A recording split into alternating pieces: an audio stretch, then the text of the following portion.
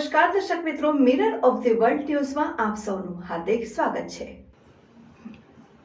ડીએમબી તપોવન Jain pre સ્કૂલનો ત્રીજો વાર્ષિકોત્સવ માસૂમ રિશ્તેની ભવ્યથી ભવ્ય ઉજવણી કરાઈ। વડોદરાના સર સયાજીરાવ નગરગૃહ ખાતે વડોદરાની પ્રથમ જૈન સ્કૂલનો ત્રીજો વાર્ષિકોત્સવ માસૂમ રિશ્તેના નામથી યોજાયો। સુભાનપુરા બાલાજી હોસ્પિટલ પાછળ આવેલ તપોવન સંસ્કારધામ દ્વારા પન્યાસ ચંદ્રશેખર મહારાજના બનાવેલ આદર્શોને લઈને સંચાલિત કરવામાં આવે છે। એમ સ્કૂલના સેન્ટર હેડ નેહા ગાંધીએ જણાવ્યું તથા ટ્રસ્ટી પ્રશાંતભાઈ શાહે જણાવ્યું હતું કે આ સ્કૂલ માટે અટલાત્રામાં જમીન લેવાઈ ગઈ છે અને ટૂંક સમયમાં કામ શરૂ થનાર છે।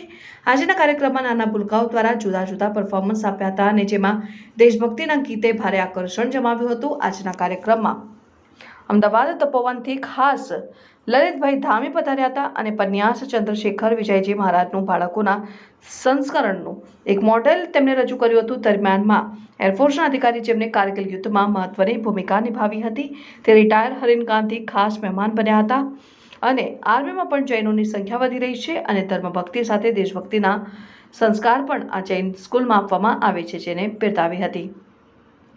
વધુમાં જૈન અગ્રણી દીપક શાહે જણાવ્યું હતું કે ડીએમપી સ્કૂલના મુખ્ય લાભાર્થી બિનિતાબેન મનહરલાલ શાહ જેને જૈન સમાજ અનુપમા દેવી તરીકે ઓળખે છે તેમનું પણ સન્માન કરાવું।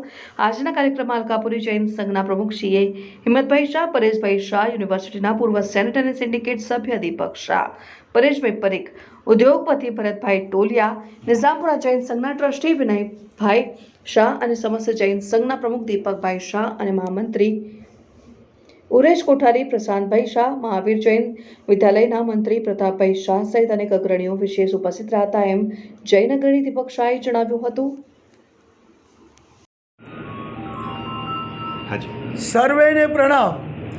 તપોવન વિદ્યાલય, તપોવન સંસ્કારધામ, તપોવન સંસ્કારપીઠ આવી અનેક સ્કૂલો મુખ્ય ધ્યેય શિક્ષણ સાથે સંસ્કાર આપવાનો છે તે બરોડાની અંદર 3 વર્ષથી ચાલે છે પ્રી સ્કૂલ અને હવે એક મોટી સ્કૂલ બરોડાની અંદર નિર્માણ પામી રહી છે કે જેમાં 1200 દીકરાઓ અને દીકરીઓ આપણા જૈન શાસનના સુંદર એવા સંસ્કાર મેળવી શકે એ માટે 5200 વારનો પ્લોટ આપણે ખરીદ કરેલો છે અને એ પ્લોટની અંદર ટૂંક સમયની અંદર આપણે ભૂમિપૂજન દ્વારા એનું બાંધકામ શરૂ કરીશું જે જૈન સમાજ બરોડાને ખૂબ એક સુંદર ભેટ આ સંસ્કાર માટેની સ્કૂલની મળી રહી છે જે ટૂંક સમયમાં શરૂ થશે। આપનું નામ?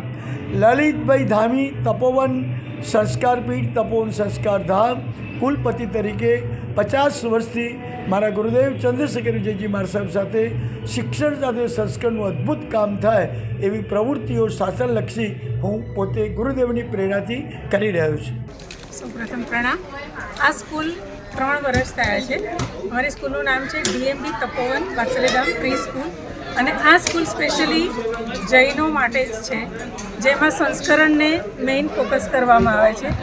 એકેડેમિક્સ તો છે જ છે પણ એની સાથે જો સંસ્કરણ નહીં હોય તો આપણી ભાવિ પેઢી, આપણો દેશ આપણે સારા નાગરિક બનાવી નહીં શકીએ એટલે અમારું મેઇન ફોકસ સંસ્કરણ પર જ હોય છે।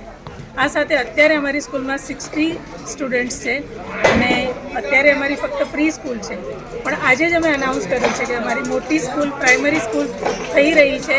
જગ્યાને બધું પણ લેવાઈ ગયું છે। ક્યાં બનાવવાની છે આ સ્કૂલ? એ અટલાદરા એરિયામાં છે અને બહુ જ ટૂંક સમયમાં અમારી તપોવન સંસ્કારપીઠ સ્કૂલ આવી રહી છે। આપનું નામ? So much Neha Doshi, centre head DMB Tapovan school. સર્વપ્રથમ તો યુગ પુરુષ પન્યાસ ચંદ્રશેખર મહારાજ સાહેબનું એક વિઝન હતું કે ભારતભરમાં જૈન છોકરાઓનું સ્કૂલિંગ થાય। આ એક સપનું અહીંયા વડોદરામાં તપોવનમાં અહીંયા સાકાર થયું છે। 3 વર્ષથી હું અહીંયા એના એન્યુઅલ ફંક્શનમાં આવું છું।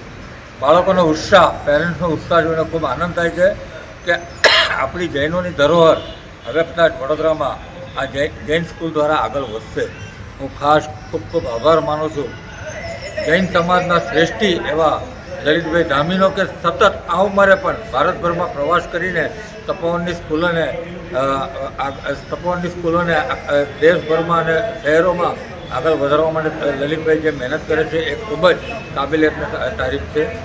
વડોદરામાં શ્રી દિવ્યેશભાઈ શાહ, નેહા મેડમ, હિંમતભાઈ, પ્રશાંતભાઈ જે રીતના મહેનત કરીને તપોવનનું અત્યારના જે રીતના સિંચન કરી રહ્યા છે અને જે નવું સંકુલ બનાવી રહ્યા છે એ ખરેખર વડોદરામાં એક ગૌરવરૂપ સાબિત થશે અને જૈનો માટે એક ખૂબ જ પ્રેરણાસૂત્ર એવી તપોવન સ્કૂલ આગામી વર્ષમાં